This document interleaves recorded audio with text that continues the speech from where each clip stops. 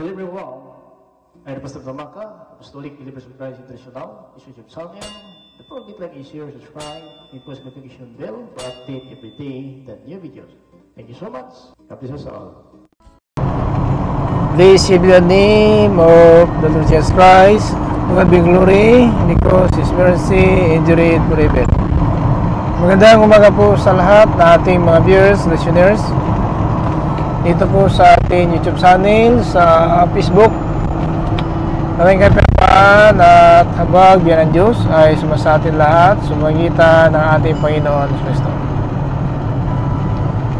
Ito po yung lingkod kay Kristo Jesus, Pastor Tumaka, Apostolic Believers for Christ International.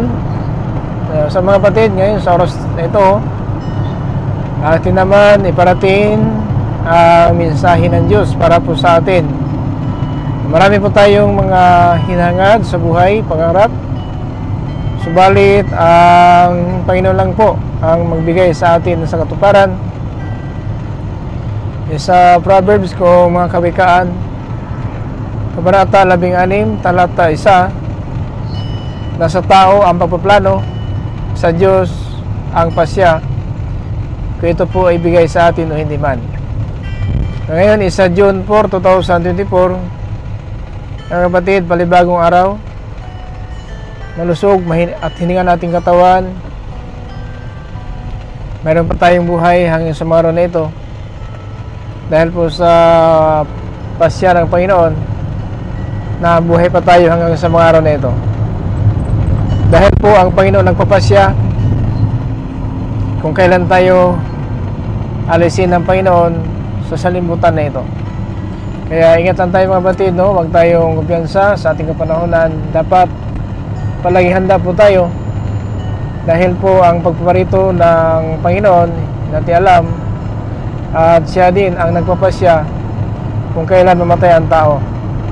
Kaya ang Biblia nagpapatunay na kahit mga bata pa sa salimutan, kung sabihin natin matanda man, ay talagang may kapanahonan po tayo. Yan po ang Biblia nagpapatunay. Lahat po tayo may kapanahonan, lahat ng bagay may kapanahonan. At yan mga kapatid, at alam po natin yan, ang Biblia nagpapatunay mga kapatid dito po sa Proverbs. Tanda po natin na habang tayo talaga mga kapatid sa sanlibutan na mamumuhay, ay dapat natin alam ang ating gagawin, kundi ang pagsunod ng kalooban ng Diyos. In chapter 3 verse 1 up to 3 dito po sa Proverbs kung mga kawikaan, kapatid, sinabi po ito ng banal na aklat. Mga kawikaan, Kabanata 3, talata 1 hanggang po sa 3. Anak, huwag mong kalilimutan ang mga itinuturo ko sa iyo. Ingatan mo sa iyong puso ang mga iniuutos ko, sapagkat ito ang magpapahaba at magpapaunlad ng iyong buhay. Manatili kang mapagmahal at matapat. Alalahanin mo itong lagi at itanim sa iyong isipan. Yan po nagpapahaba. Now, sa salimutan, mayroon pong bata papatay na. May tumatanda naman hanggang sa mga araw na ito ay pinagpala ng Diyos ang kanyang pumuhay sa libutan. So may sikreto po dito na ang utos ng Diyos, huwag nating kalimutan. Ayon po sa verse 1, Anak, huwag mong kalilimutan ang mga itinuturo ko sa iyo.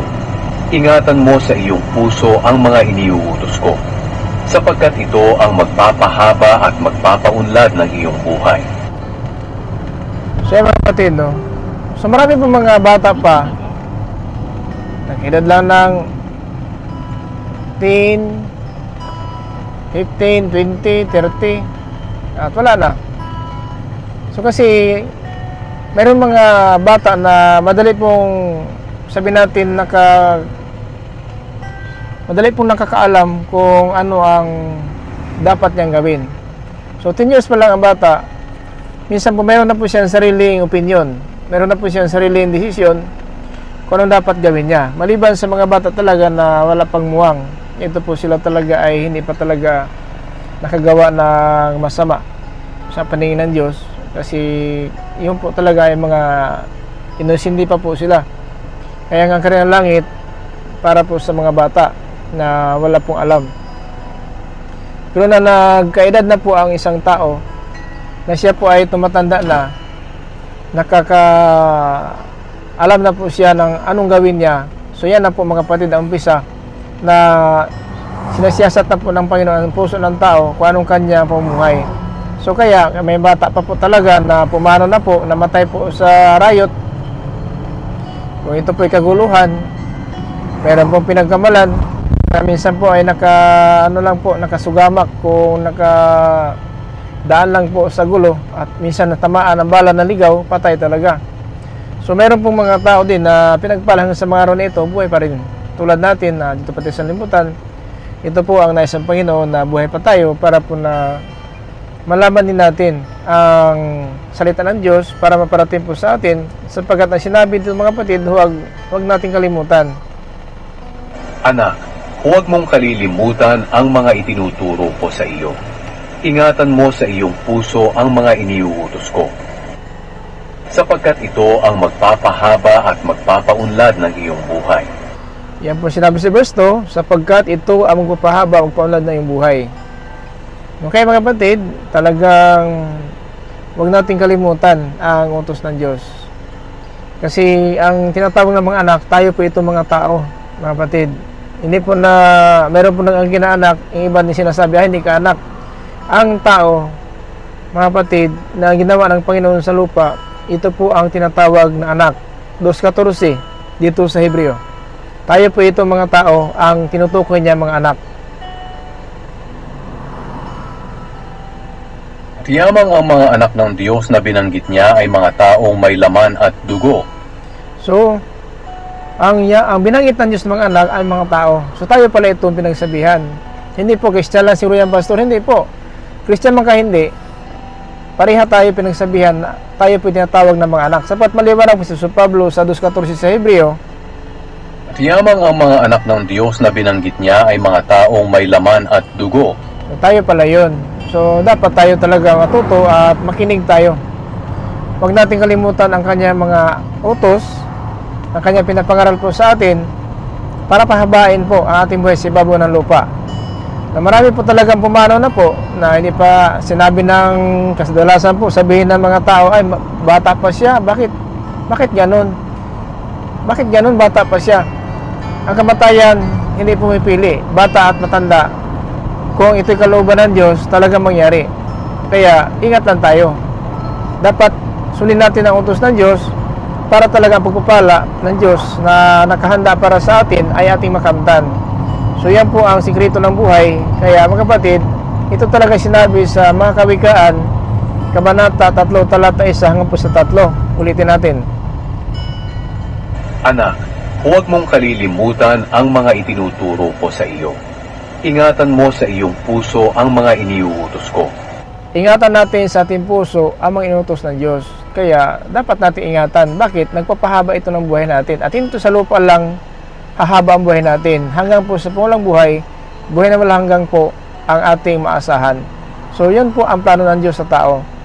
Na ang tinutukoy na anak, yun po, tayo po na may laman at dugo. So tayong lahat po pinagsabihan ito.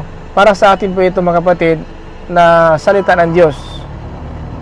Anak, huwag mong kalilimutan ang mga itinuturo ko sa iyo. Ingatan mo sa iyong puso ang mga iniuutos ko, sapagkat ito ang magpapahaba at magpapaunlad ng iyong buhay. So huwag ka nang matakot. May sakit tayo, may karamdaman, huwag kang matakot. Basta sumunod ka lang sa Diyos. Kasi hindi sinasabi na sumunod tayo sa Diyos, walang sakit. Meron din.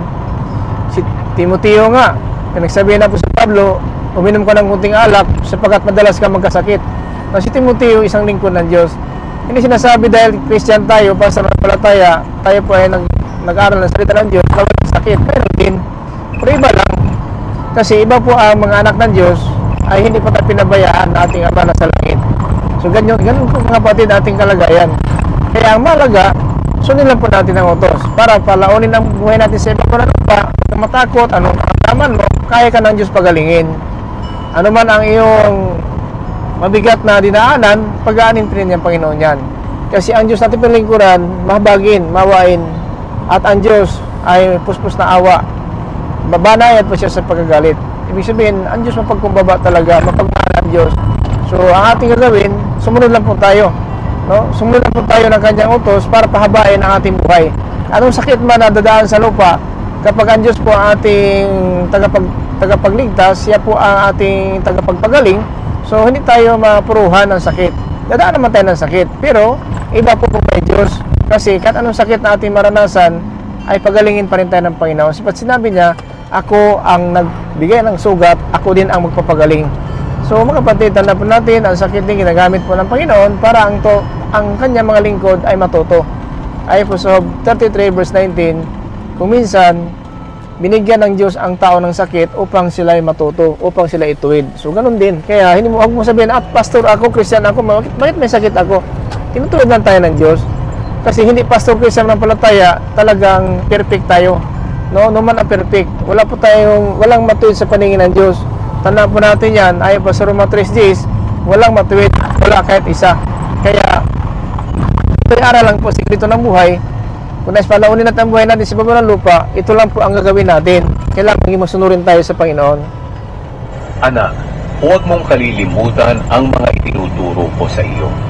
Ingatan mo sa iyong puso ang mga iniuutos ko, sapagkat ito ang magpapahaba at magpapaunlad ng iyong buhay. Manatili kang mapagmahal at matapat. Alalahanin mo itong lagi at itanim sa iyong isipan. Alalahanin mo itong lagi at itanim sa iyong isipan ang utos ng Diyos. Kapag ganon, so hindi tayo makapag-isip ng masama sapagkat salita ng Diyos ang nasa isipan natin at sa ating puso. Pero kung ang nakapasok sa puso natin ang puot, galit na ating kapwa, masama po yan. At hindi po yan ganyan ang ating ipairal sa ating pumuhay, na ang galit at masama sa ating pag-iisip, yan ang mananaig. Kundi po, ang utos ng Diyos, ang itanim natin sa ating puso at isipan upang muhay tayo mapayapa at maunlad ating buhay sa ibabaw ng lupa. No? Manatili kang mapagmahal at matapat. Alalahanin mo itong lagi at itanim sa iyong isipan. Yan mga kapatid, yung sikreto ng buhay. Kapag ginawa natin ito, mga kapatid, ano mangyari? Verse 4. Kapag ginawa mo ito, malulugod ang Diyos, pati na ang mga tao. Kapag ginawa natin ito, malulugod ang Diyos, pati na ang mga tao. Kasi hindi ka pwede pumatay, hindi ka pwede mangnakaw, hindi ka pwede manira ng kapwa, kasi ang salita ng Diyos nagtuturo po ng kabutihan, hindi po kasamaan. So, malulugod ang Diyos, pati ang tao na nakatingin sa atin bilang tao dito sa ibabaw ng lupa. Malulugod ang Diyos at malulugod din ang mga tao kung ang kanya mga utos ay itanim natin sa ating puso at isipan. No? Yan mga kapatid ang pinakamalaga po sa buhay natin.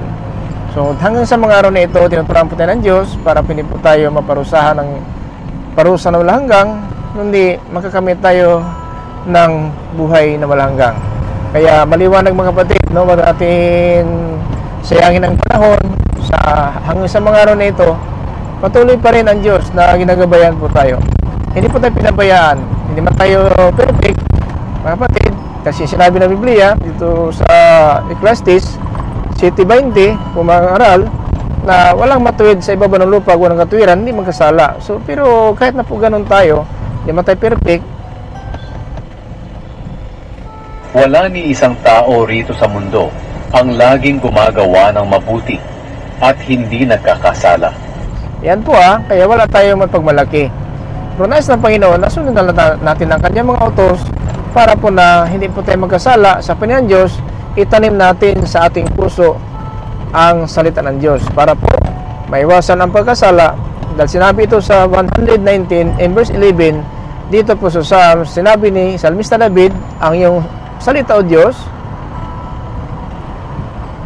ang salita niyo ay iningatan ko sa aking puso upang hindi ako magkasala sa inyo. Ayan po sikreto mga kapatid. Ingatan lang po ang salita ng Diyos sa ating puso, maiwasan ang pagkasala, at dahil diyan, maging karapat-dapat tayo sa araw ng paghukom ay makamtan natin ang ating inasahan, buhay na walang hanggang, na ito po ay naghanda na po sa lahat ng kanyang mga anak na naging masunurin, hindi pasaway. Sapagkat hindi lahat ng anak naging masunurin. May anak pa rin na pasaway, at dahil sa ating pagpasaway, dinisiplina tayo ng Panginoon, kasi yan po ang nais ng Panginoon, hindi tayo paparusahan ito sa libutan. Pakinggan natin mga kapatid sa 12:7 hanggang po sa 9 sa Hebreo. Isinyo ang lahat ng paghihirap bilang pagdidisiplina ng Diyos sa inyo, dahil itinuturing niya kayong mga anak. Sino bang anak ang hindi dinidisiplina ng Ama? Kung hindi kayo dinidisiplina ng Diyos gaya ng pagdidisiplina niya sa lahat ng anak niya, hindi kayo mga tunay na anak, kundi mga anak sa labas. Kahit ang mga ama natin dito sa lupa ay dinidisiplina tayo, at sa kabila nito, iginagalang natin sila. Kaya lalong dapat tayong magpasakop sa pagdidisiplina ng ating Ama na nasa langit para maging mabuti ang pamumuhay natin. Amen. Yan po, no? So, maliwanag po na ang tinutukoy na anak, tayo po ito may laman at dugo ng mga anak ng tao. At dahil mga anak tayo, lahat po tayo tinuturuan, at ang salita ng Diyos na ito para po sa atin lahat. Hindi po sa Pastor Christian lang, para po sa lahat ng tao na mumuhay dito sa ibabaw ng sanlibutan. Kaya mga kapatid, wala tayong madahilan sa araw po na paghukom. Tayo po talaga ay mananagot sa Panginoon, dahil sinabi ng Biblia talaga na lahat po, mga kapatid, tayo po na tinatawag na mga anak ng Diyos ay mga tao may laman at dugo. Kaya hindi po tayo, mga kapatid, makaiwas nung sa araw po ng pagparito ng Panginoon. Talagang pananagutan po natin ang ating pamumuhay na hindi po naging masunurin. Kaya sikreto ng buhay natin, mga kapatid, na maging masunurin tayo, at ang utos ng Diyos ay ilagay natin sa ating puso at isipan para talaga ay maging karapat-dapat po tayo sa Panginoon. Kasi yan lang po, mga kapatid, na sinabi po talaga sa Banal na Aklat na kung hindi po tayo, mga kapatid, turuan ng Panginoon, mga anak tayo sa labas. So, may sabihin, hindi po tayo totoong anak ng Diyos. Kasi ang anak ng Diyos, tayo po yan na mga naging masunurin, no, sa ating Panginoon. Tandaan po natin, may anak ng Diablo at may anak ng Panginoon. Now, tinutukoy naman ng Panginoon, mga kapatid, na anak niya, itong may laman, no? Itong may laman, mga kapatid, at dugo. Ayon po sa Hebreo chapter 2:14, na tinutukoy na anak ng Diyos ay mga may laman at dugo. Tulad natin ngayon na tayo po ay talagang dito sa libutan ay mga anak ng tao, may laman at dugo. At yamang ang mga anak ng Diyos na binanggit niya ay mga taong may laman at dugo. Naging tao rin si Jesus upang sa pamamagitan ng kanyang kamatayan ay malupig niya ang Diablo na siyang may kapangyarihan sa kamatayan. So yun po dahilan, purpose na parito ang Panginoon upang na malupig po ang kapangyarihan ng Diablo na siyang kamatayan.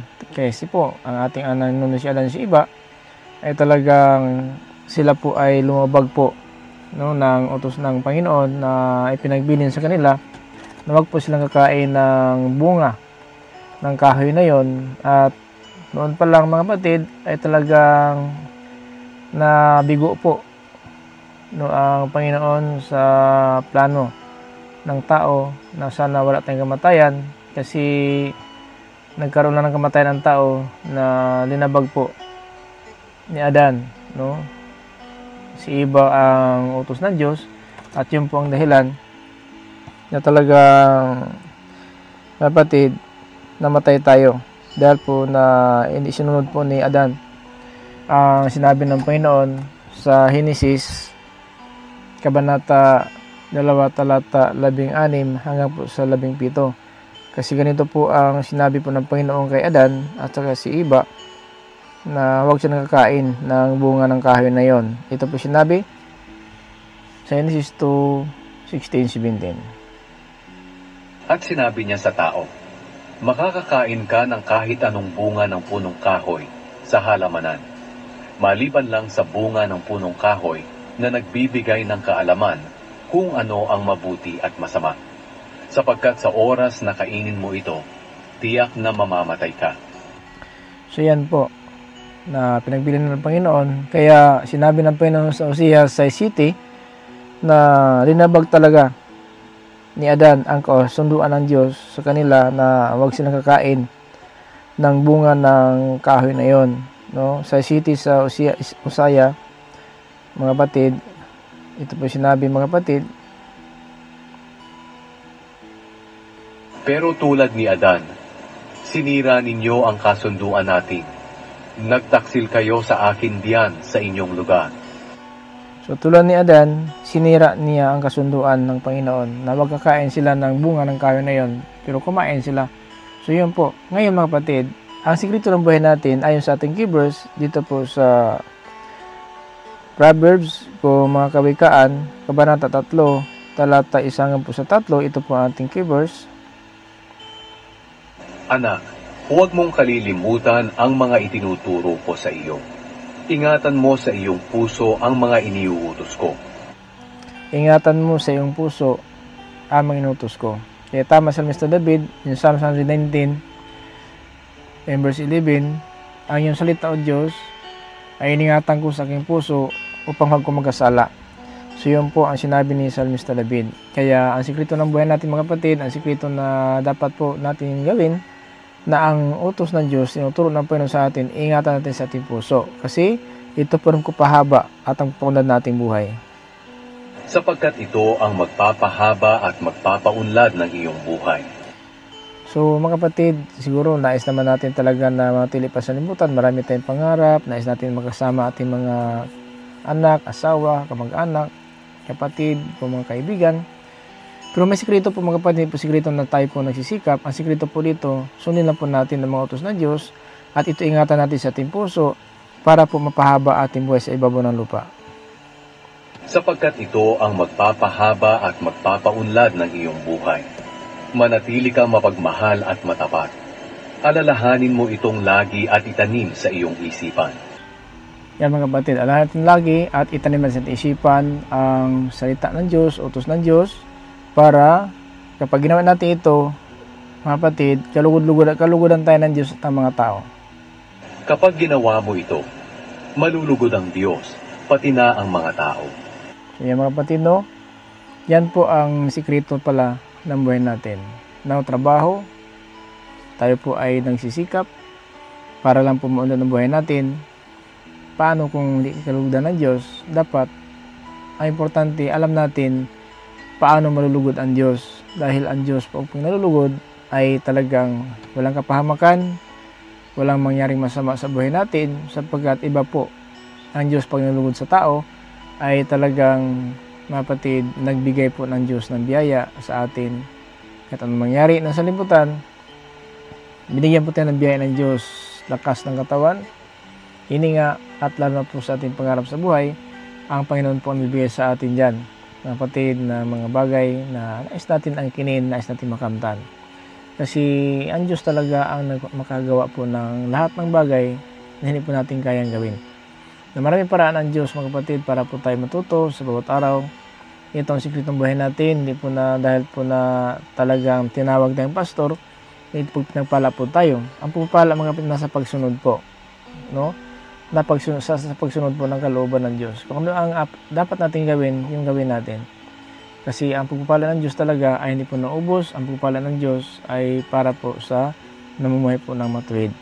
Sapagkat pinagpala niya ang mga matuwid pamuhay, ngunit ang mga masama ay kanyang kinakaaway.